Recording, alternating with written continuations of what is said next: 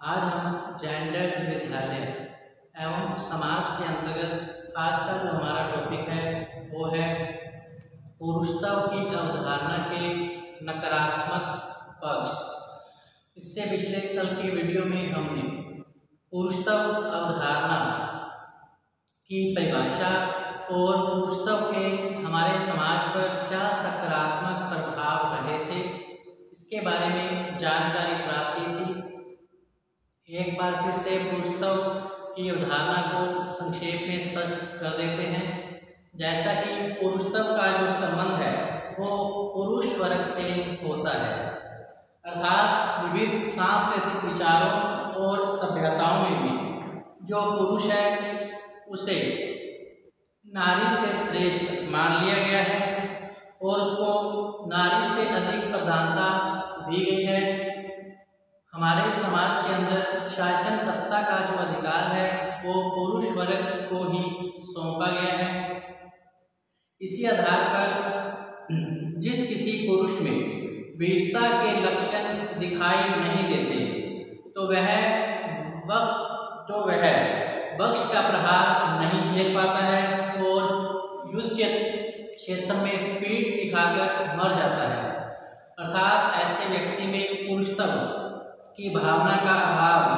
पाया जाता है।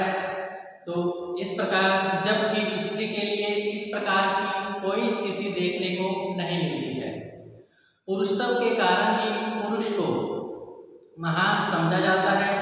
और यही कारण है कि उसे आर्थिक क्रियाओं का संचालन करने की जिम्मेदारी अर्थात जो कठिन कार्य हैं वो पुरुष वर्ग को सौंप दिए जाते हैं तथा जो सरल कार्य है घर गृहस्थी संभालना, बच्चों की देख रेख करना, घर में भोजन का प्रबंध करना, अतिथि सत्कार करना आदि जो कार्य हैं वो स्त्री को सौंप दिए जाते हैं। तो इस प्रकार पुरुषत्व की अवधारणा के कारण ही हमारे समाज के अंदर लैंगिक विभेद देखने को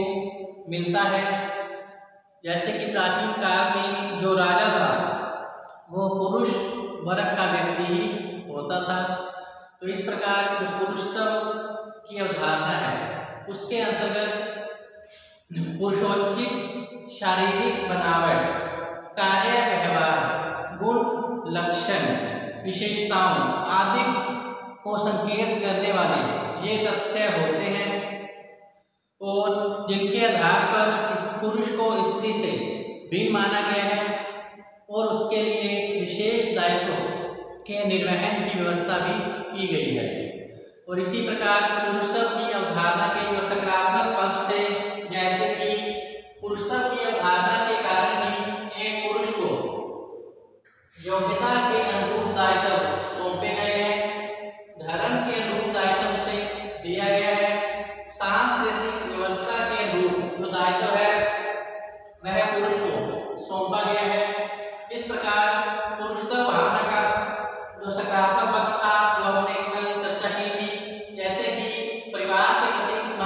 समर्पण की जो भावना है वो पुरुष में पाई जाती है तथा जो घर का मुखिया है या पिता है वो घर की हर सुख सुविधा का ध्यान रखता है, अपने परिवारजनों की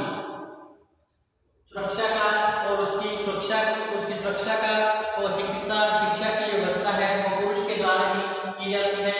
अर्थात व्यक्ति में अपने परिवार के प्रति समर्पण का भाव रहता है। इसी प्रकार पुरुषत्व की अवधारणा के कारण ही जो नारी है अनेक तनावों से मुक्त हो जाती है, अर्थात उसे महत्वपूर्ण उत्तरदायित्व है वो सौंपे नहीं जाते बल्कि जो घर की महत्वपूर्ण जिम्मेदारियां हैं वो पुरुष अपने कंधों पर उठा लेता है। इससे जो नारी है अनेक तनावों से मुक्ति मिलती है। पुरुषत्व की अवधारणा के कारण ही जो नारी है अपने आप को सुरक्षित अनुभव करती है, क्योंकि जिस परिवार में पुरुष का वास होता है अर्थात जिस परिवार में पुरुष अपनी जिम्मेदारी उत्तरदायित्व को सही ढंग से निभाता है तो वह परिवार सुरक्षित रहता है, वहाँ की नारियाँ भी अपने आप को सुरक्षित अनुभव करती हैं। इस घर में पुरुष है जो हमारी देख रेख और हमारी सुरक्षा करेगा।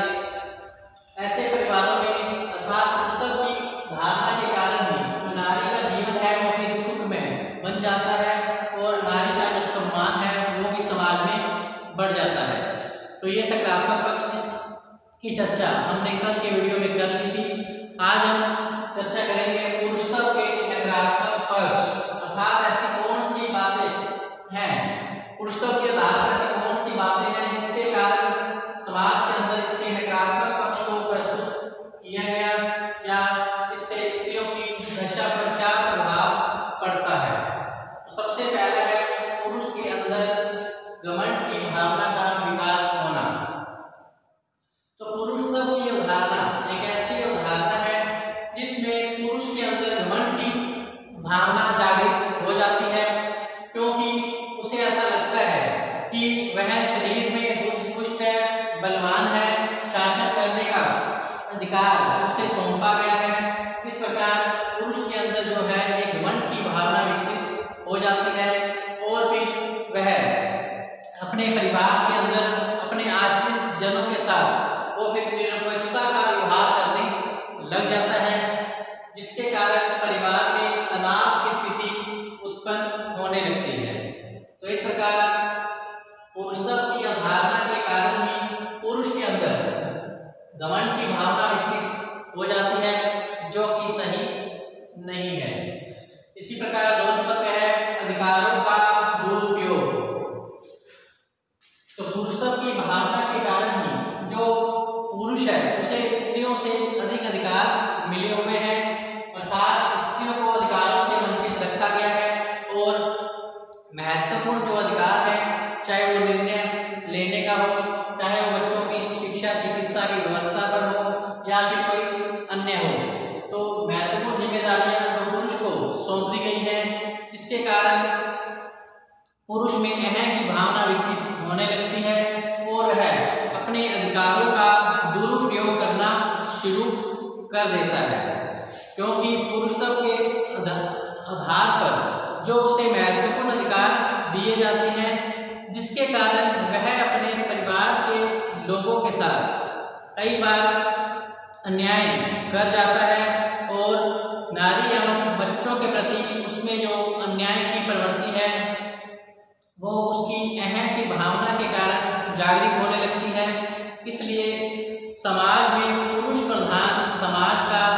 विरोध भी होता है, क्योंकि जो एक पुरुष है वो अपनी अहम की भावना के चलते अपने अधिकारों का दुरुपयोग करने लग जाता है,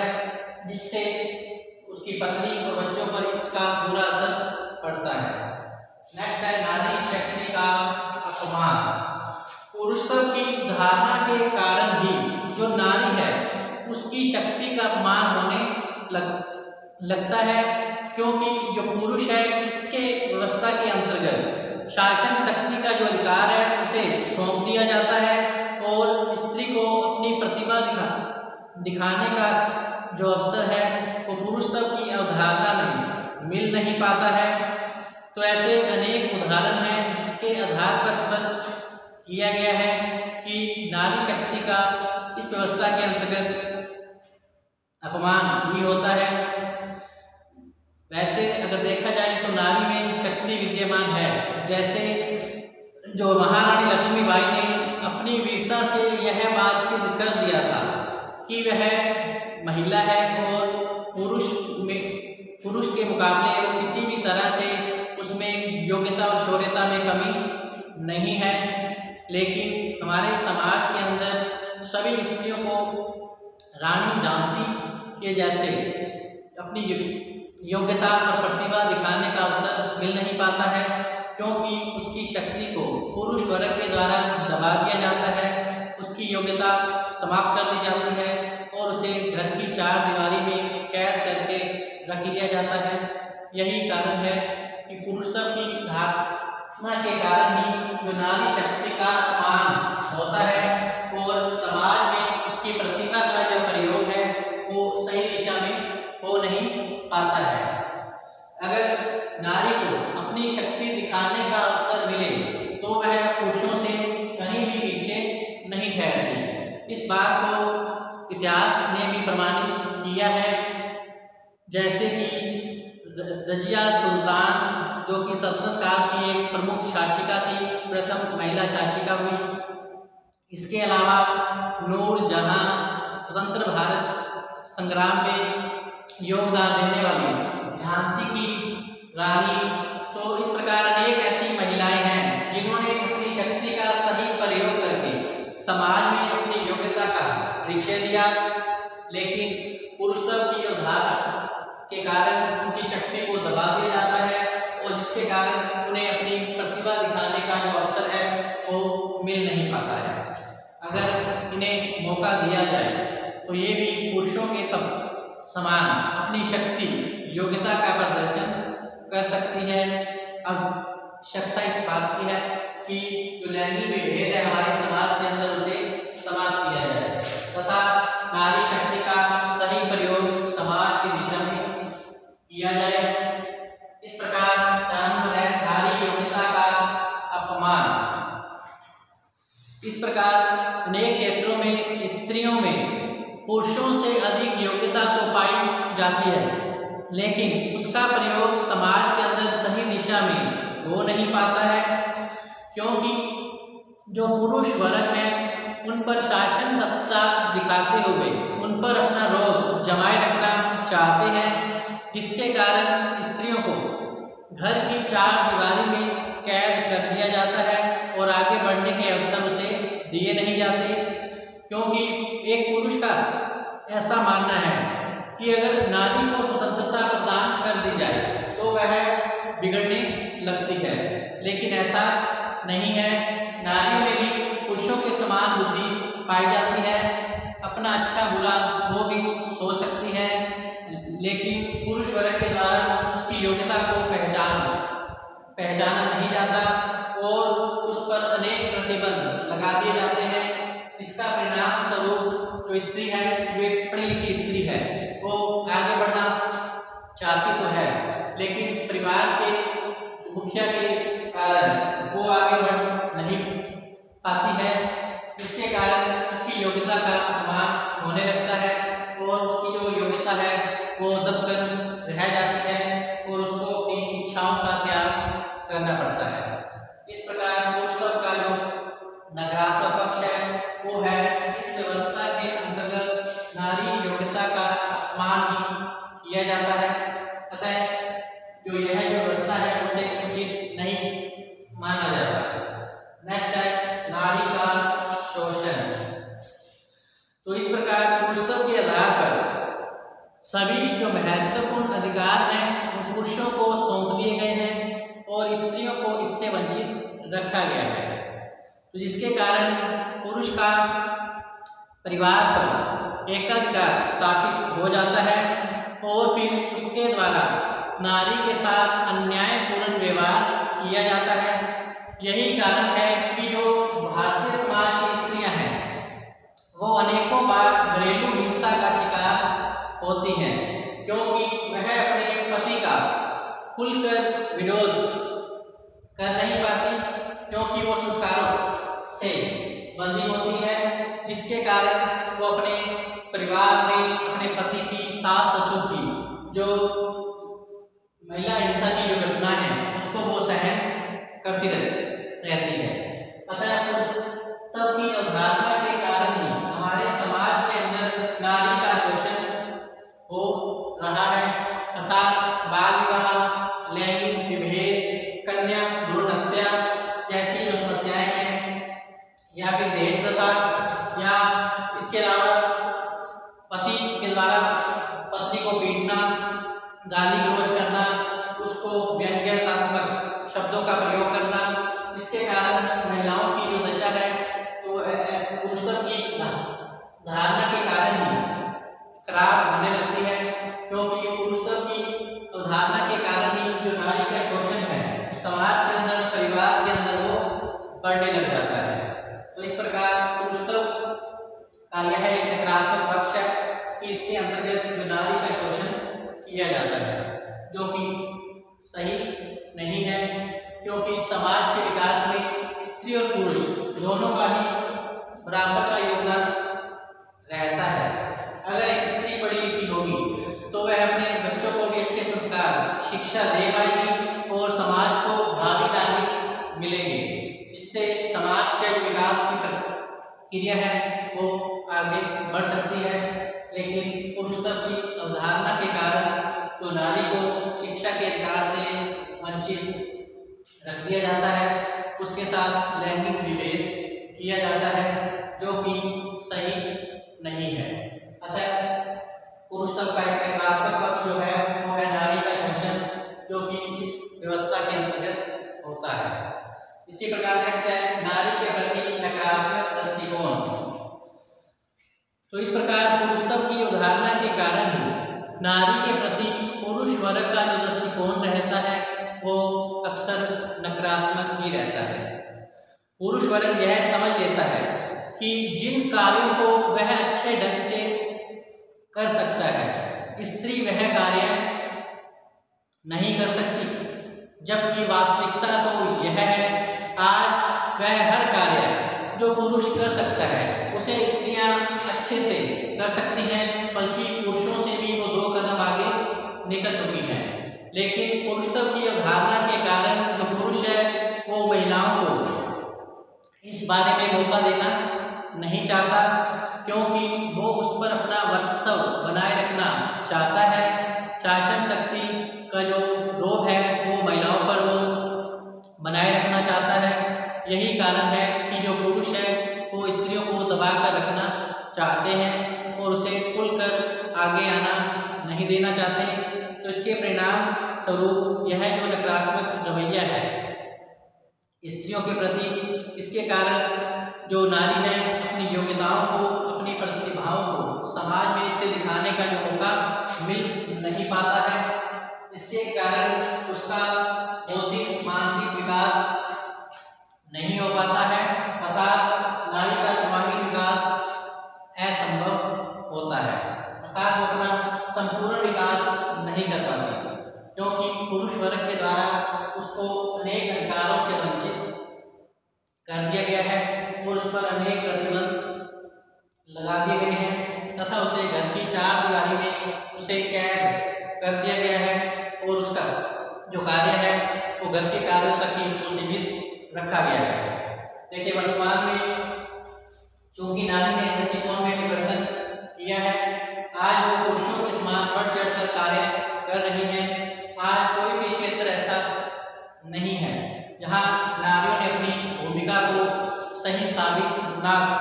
किया हो, चाहे वो सामाजिक क्षेत्र हो, चाहे वो आर्थिक क्षेत्र हो, चाहे वो राजनीतिक क्षेत्र हो या फिर धार्मिक क्षेत्र हो। हर क्षेत्र में आज नारी का वर्चस्व छाया हुआ है, लेकिन पुरुष की यही सोच रहती है कि समाज में उसको ही महत्वपूर्ण पद प्रदान किया जाए, जो स्त्रियां हैं उन्हें घर के कार्यों तक ही सीमित रखा जाए। तो इस प्रकार पुरुषत्व की धारणा के कारण ही हमारे समाज के अंदर नारी के प्रति नकारात्मक दृष्टिकोण पाया जाता है, जो कि सही नहीं है, क्योंकि अगर स्त्रियों को मौका दिया जाए तो वो भी हर क्षेत्र में अच्छा कार्य कर सकती है पुरुषों के समान। इस प्रकार नेक्स्ट है नारी स्वतंत्रता का अभाव। नारी स्वतंत्रता का अभाव तो पुरुषत्व की धारणा के कारण ही हमारे समाज के अंदर नारी को बेड़ियों में जकड़ कर रखा जाता है, अर्थात उन्हें हमारे समाज में स्वतंत्रता प्रदान नहीं की जाती। जब बालिका छोटी होती है तो उसे अपने पिता और भाइयों की देखरेख में छोड़ा जाता है। विवाह के पश्चात पति के नियंत्रण में हो, वृद्धावस्था में वो अपने पुत्रों के नियंत्रण में रहती है, अर्थात उसे पूरी तरह से स्वतंत्रता मिल ही नहीं पाती। ना उसको पूरी स्वतंत्रता मायके में मिल पाती है, ना ही उसको ससुराल में पूर्ण स्वतंत्रता प्रदान की जाती है। तो जिसके कारण स्वतंत्रता के अभाव में नारी का विकास है वो समाज के अंदर सही दिशा में वो नहीं पाता है और उसकी योग्यता का जो लाभ है वो समाज को नहीं मिल पाता है और न ही उसके विचारों को जानने का कभी प्रयास किया जाता है एक परिवार के द्वारा। तो इससे नारी को मात्र अपने पति की आज्ञा का पालन करना ही विशेष रह जाता है क्योंकि वो अपने जो नारी है अपने परिवार के संस्कारों से बंधी रहती है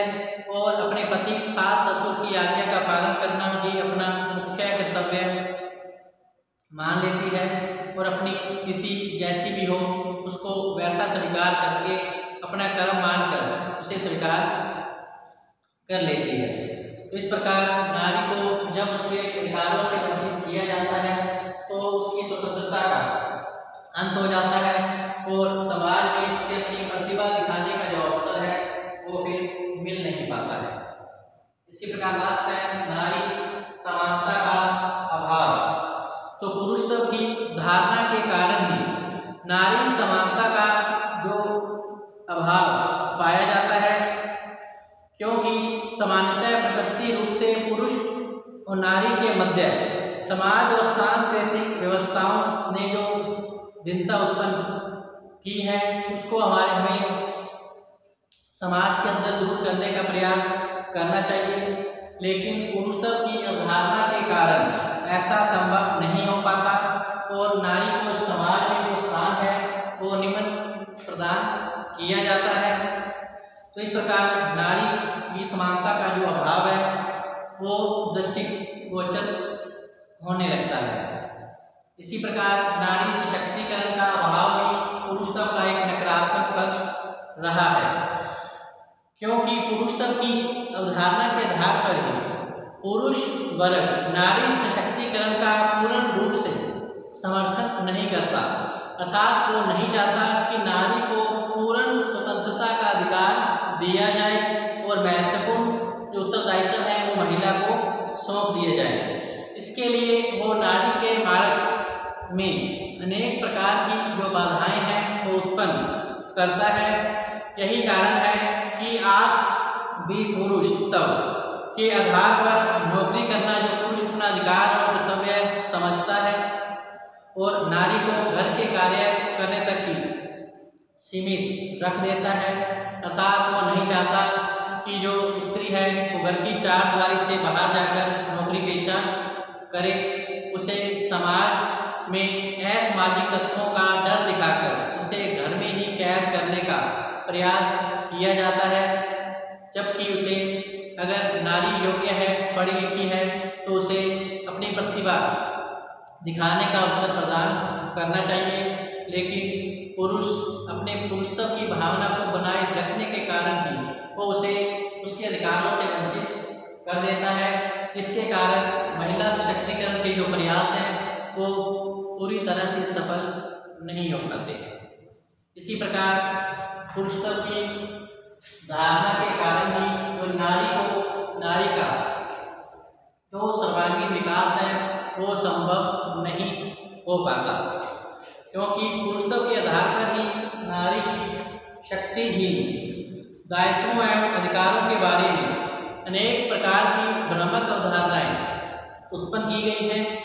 इसके कारण नारी के प्रति आज भी समाज जो है विश्वास नहीं रख पाता है। उसका कार्य क्षेत्र घर की चार दीवारी तक ही सीमित कर दिया जाता है और उसका जो सर्वांगीण विकास है वो फिर अवरुद्ध होने लगता है। तो इस प्रकार पुरुषत्व के सकारात्मक और नकारात्मक पक्ष जानने के पश्चात स्पष्ट होता है कि पुरुष को स्त्रियों के समान अधिकार प्रदान करने चाहिए, उन्हें भी योग्यता के अनुरूप कर्तव्य दायित्व निभाने का अवसर देना चाहिए ताकि वह अपनी योग्यता प्रतिभा को सिद्ध कर पाए, तभी समाज का जो विकास है वो संभव हो पाएगा। तो कह सकते हैं कि पुरुषत्व का एक आदर्श स्वरूप ही नारी के विकास में अपना योगदान दे सकता है। पुरुषत्व सच्चा पुरुषत्व वही है जो अपने समाज के अंदर नारी पर प्रतिबंध न लगाए, बल्कि उसे योग्यता के अनुसार अपनी प्रतिभा दिखाने का अवसर प्रदान करे। इसी से ही समाज का जो चहुमुखी विकास संभव है। अन्यथा जब तक स्त्रियों को उसके अधिकार नहीं दिए जाएंगे और समाज में उसे योग्यता के अनुरूप कार्य करने के अगर अवसर नहीं मिलेंगे तो समाज जो है वो विकास की दृष्टि से पिछड़ जाएगा, जो कि सही नहीं है।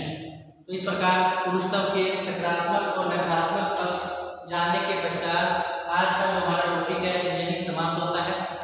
कल हम फिर से एक नए टॉपिक के साथ हाजिर होंगे। तब तक आप घर पर रहें, पढ़ते रहें, सुरक्षित रहें। इसके साथ ही धन्यवाद।